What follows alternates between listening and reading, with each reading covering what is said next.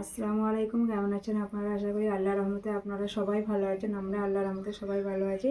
তো আজকে আমি বানাবো ঘুষো শুকটি দিয়ে, লাউ শাক দিয়ে, পালং শাক দিয়ে রান্না। তো এখানে আমি কী কী নিয়েছি আপনাদের দেখাচ্ছি। এখানে আমি পরিষ্কার করে ধুয়ে নিয়েছি, এটা হচ্ছে ঘুষো শুকটি। আর এখানে নিয়েছি আমি, এই যে বন্ধুরা দেখুন, এটা হচ্ছে বেগুন, এখানে নিয়েছি সিম, আর এটা হচ্ছে মূলা, আর এইটা হচ্ছে লাউ শাকের ডাঁটা। এটা একসঙ্গে আমি ধুয়ে পরিষ্কার করে নিয়েছি।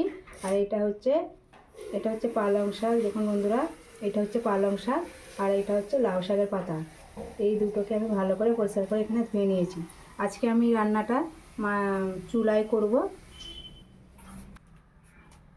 আর নিয়েছি হলুদ গুঁড়ো, জিরে গুঁড়ো, রসুনটাকে আমি কুচে নিয়েছি, বাটা নয় কিন্তু এটা।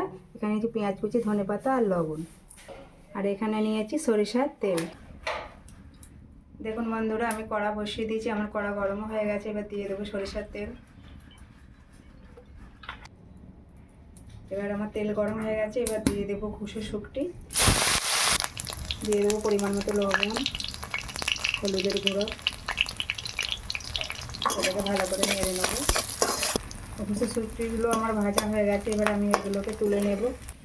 একই তেলে দিয়ে দেবো পেঁয়াজ।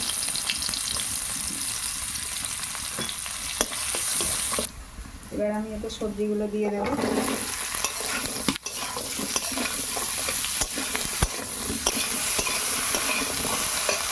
এবার এর উপরে আমি দিয়ে দেবো লবণ, রসুন, হলুদ আর জিরে দিয়ে এটাকে ভালো করে কষিয়ে নেব। পরিমাণ মতো পানি দেবো। সবজি আমার কষানো হয়ে গেছে। এবার শুটকি মাছ দিয়ে ঘাসগুলো আমি ভেজে রেখেছিলাম সেগুলো দিয়ে দেবো। দিয়ে আবারও একবার ওইভাবে নেড়ে নেব। দিয়ে এবার আমি পানি দিয়ে দেবো। এবার যে আমি শাকগুলো পরিষ্কার করে ধুয়ে রেখেছিলাম সেগুলো আমি এর মধ্যে দিয়ে দেব।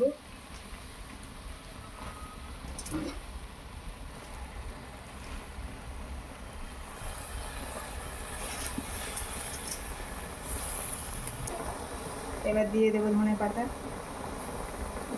দিয়ে এবার আমি এই ঢাকনাটাকে 5 মিনিট রেখে দেবো। আমার 5 মিনিট হয়ে গেছে। এবার এটাকে আমি শাকটাকে দেখে নেব। দেখুন বন্ধুরা, শাকটা কত কমে গেছে। এটাকে আবারও আমি ভালো করে এইভাবে নাড়িয়ে নেব।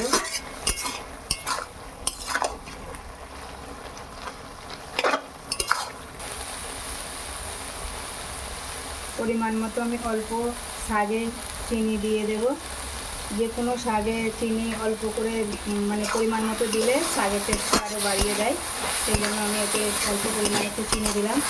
আলু দিইনি, আপনারা চাইলে আলু দিতে পারেন, কারণ শাকেতে আমাদের আলুটা পছন্দ করে না, সেই জন্য আমি এখানে দিইনি।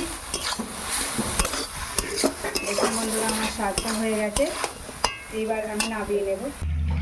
দেখুন বন্ধুরা, আমি শাক নামিয়েছি। আমার শাক রান্নাটা হয়ে গেছে।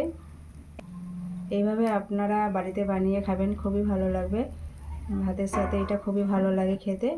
আর আমার রান্নার ভিডিও আপনাদের কেমন লাগে অবশ্যই লাইক কমেন্ট শেয়ার করবেন। আমার চ্যানেলটিকে সাবস্ক্রাইব করবেন, পাশে থাকা বেল আইকনটিতে ক্লিক করবেন।